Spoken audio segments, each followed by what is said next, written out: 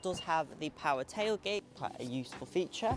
Everything feels a lot more quality than it used to, which is nice. Hello everyone and welcome to the Carcode YouTube channel. My name's Sam, and if you're new here, please make sure to press the subscribe button down below and turn on the post notification bell so you're notified every single time I upload a new video.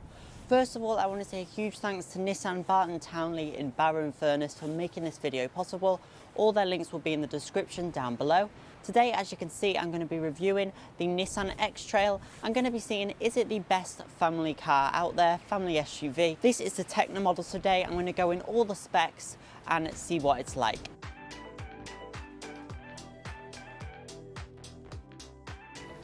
So let's start with the front of the Nissan X-Trail, and you can see it looks completely different to what it looked like before.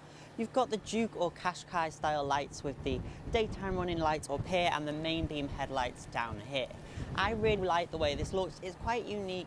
You've got this huge Nissan grille with the new badge there as well. A little bit of chrome all around. This has got front parking sensors, a centre premium, and above you get front parking sensors.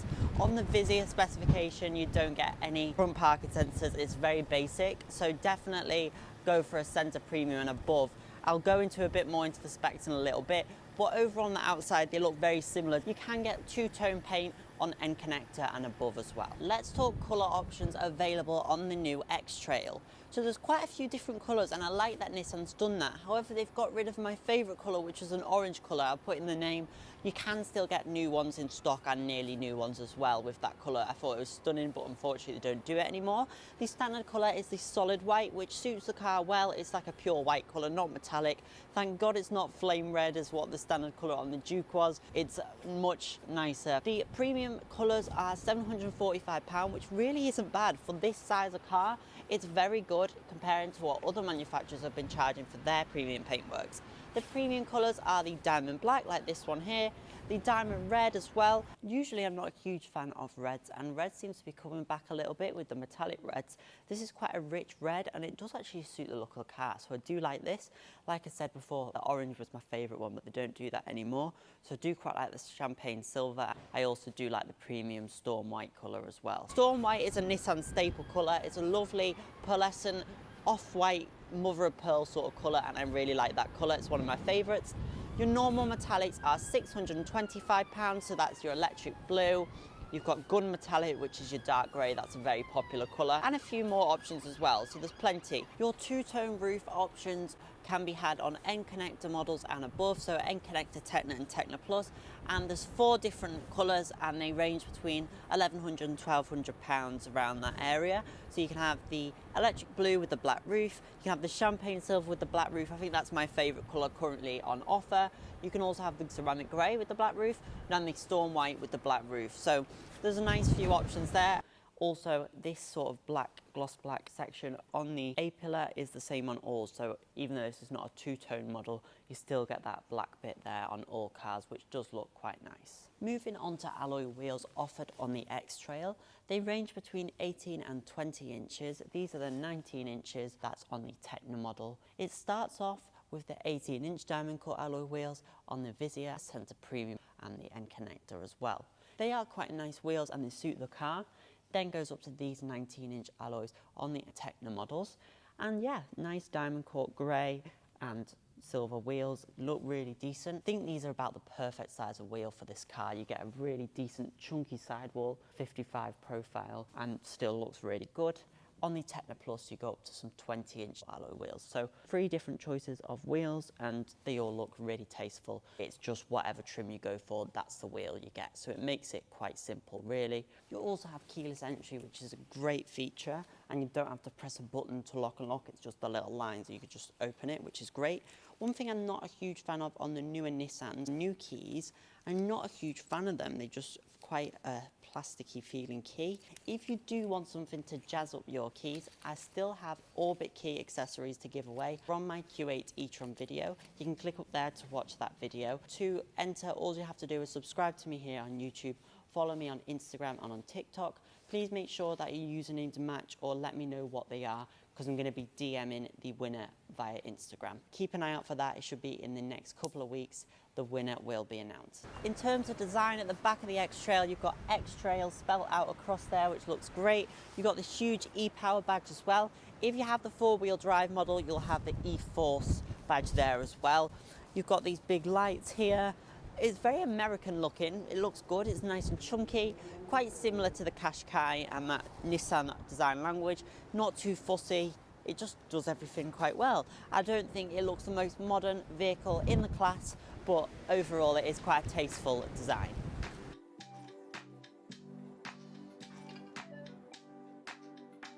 So it's a Techno, so it does have the power tailgate, which is a lovely feature. You've got the plastic bumper that sticks out, so you don't get the paintwork scratch getting things in and out, but you might scratch that plastic, but it's harder to scratch than paintwork. The boot space does vary depending on the model. This is an ePower model, so the ePower model gives you 575 litres of boot space. The non-ePower models give you 585, so you're only losing 10 litres, which isn't too bad at all for a hybrid vehicle. If you are having the 7-seat option, however, you lose 100 litres with 485 litres of boot space in the 7-seat models. That's because you've got loads of underfloor storage in this 5-seat model, which is really handy, of course. You've got this false floor, and you've actually got the 12-volt battery under here and the tyre inflation kit. So that's quite interesting that you've got a 12-volt battery under the boot floor. Quite an easy access thing, I suppose, it just because ePower staying away from that other battery over there. You've got this load cover like on most SUVs this size. Didn't sound good, did it? Like that, and it's in the ivory colour, which looks quite nice because it matches the headliner, but it could get a little bit dirty over time. Got one 12-volt socket over there, and the false floor, quite practical boot really, but it's not class leading.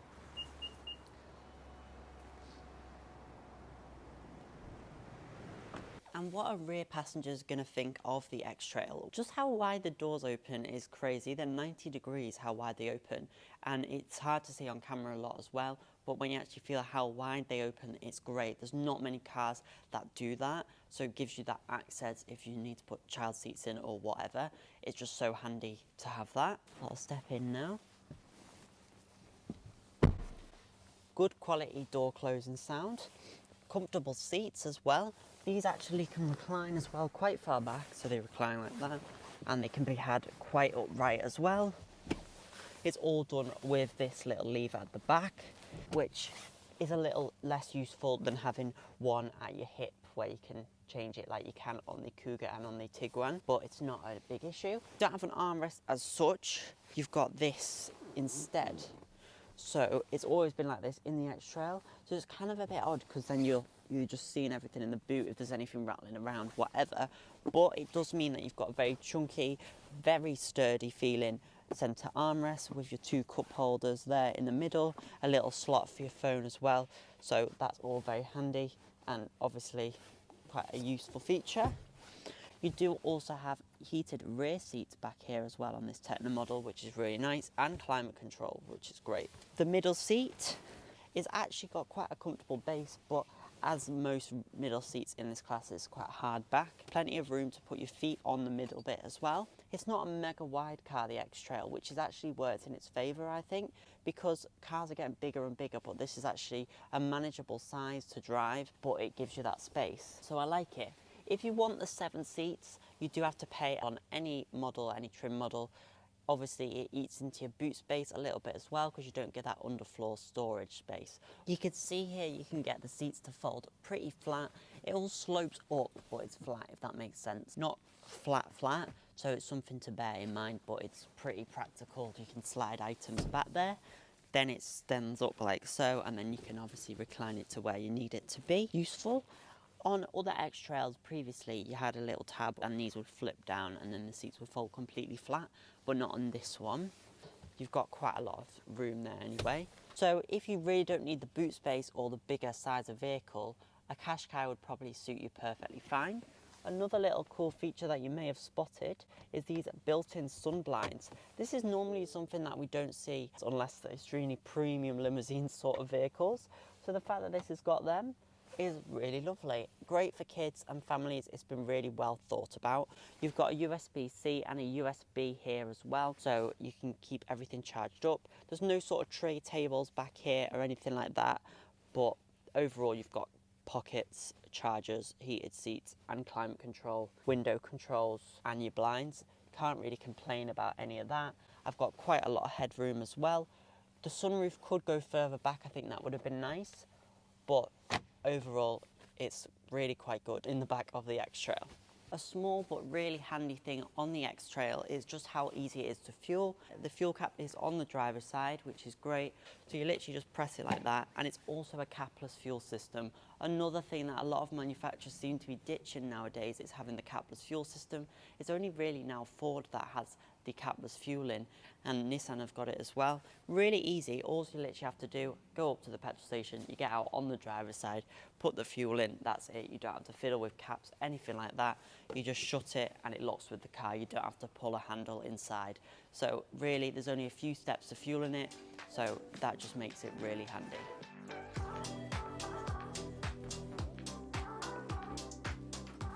So let's step inside the X-Trail, and honestly, Nissan has come quite a long way with quality inside of the cabins.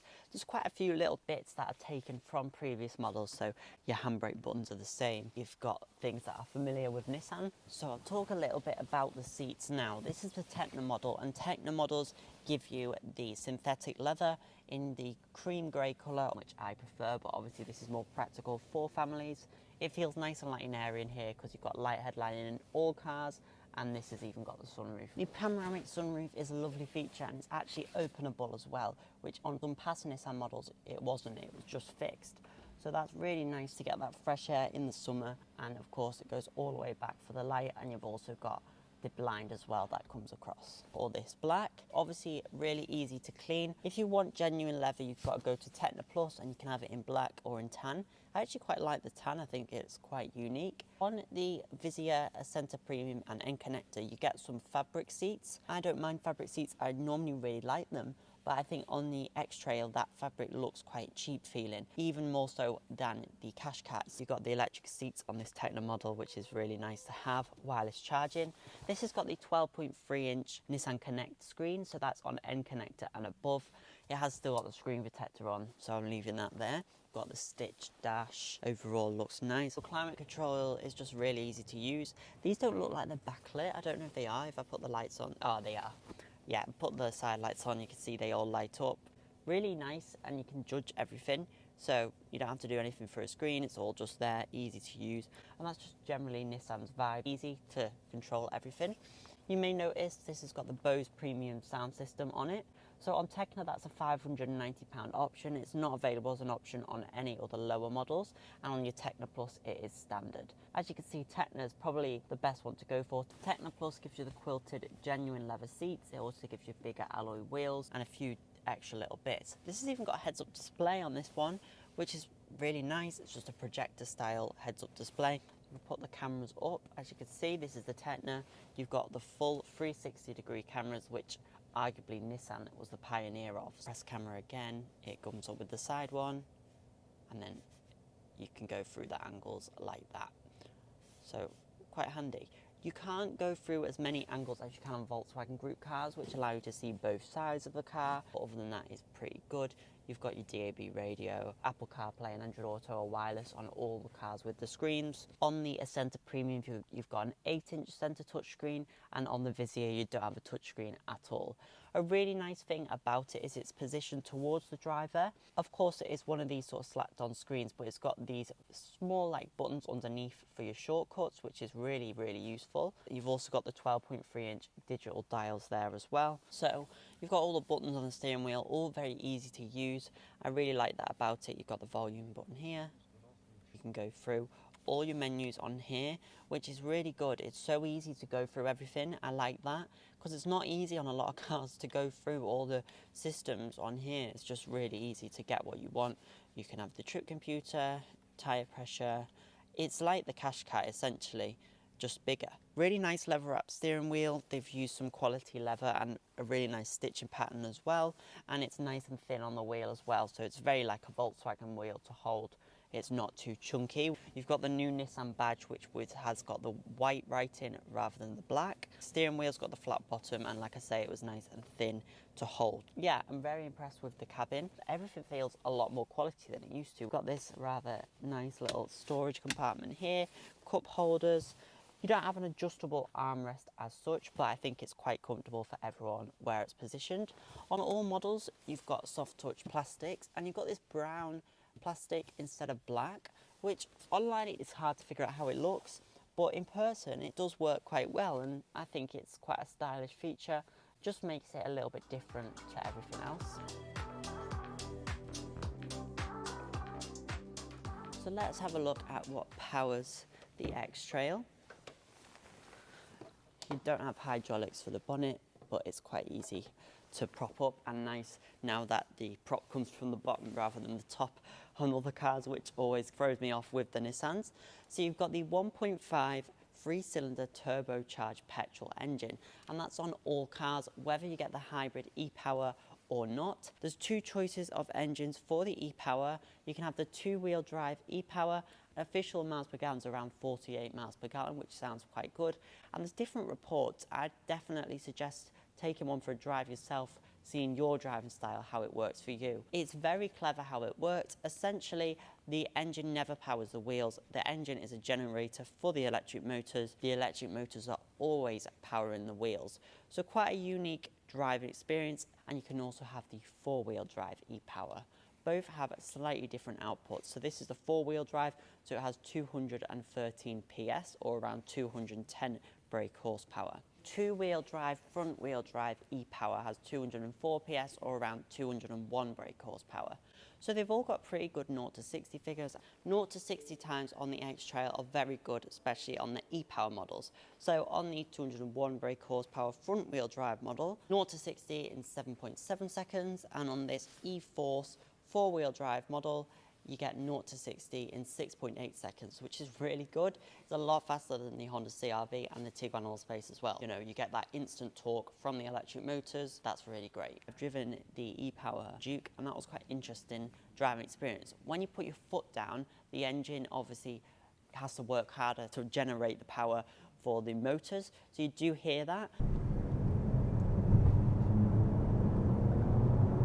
But it's a bit of a different experience, and it is more like driving an EV.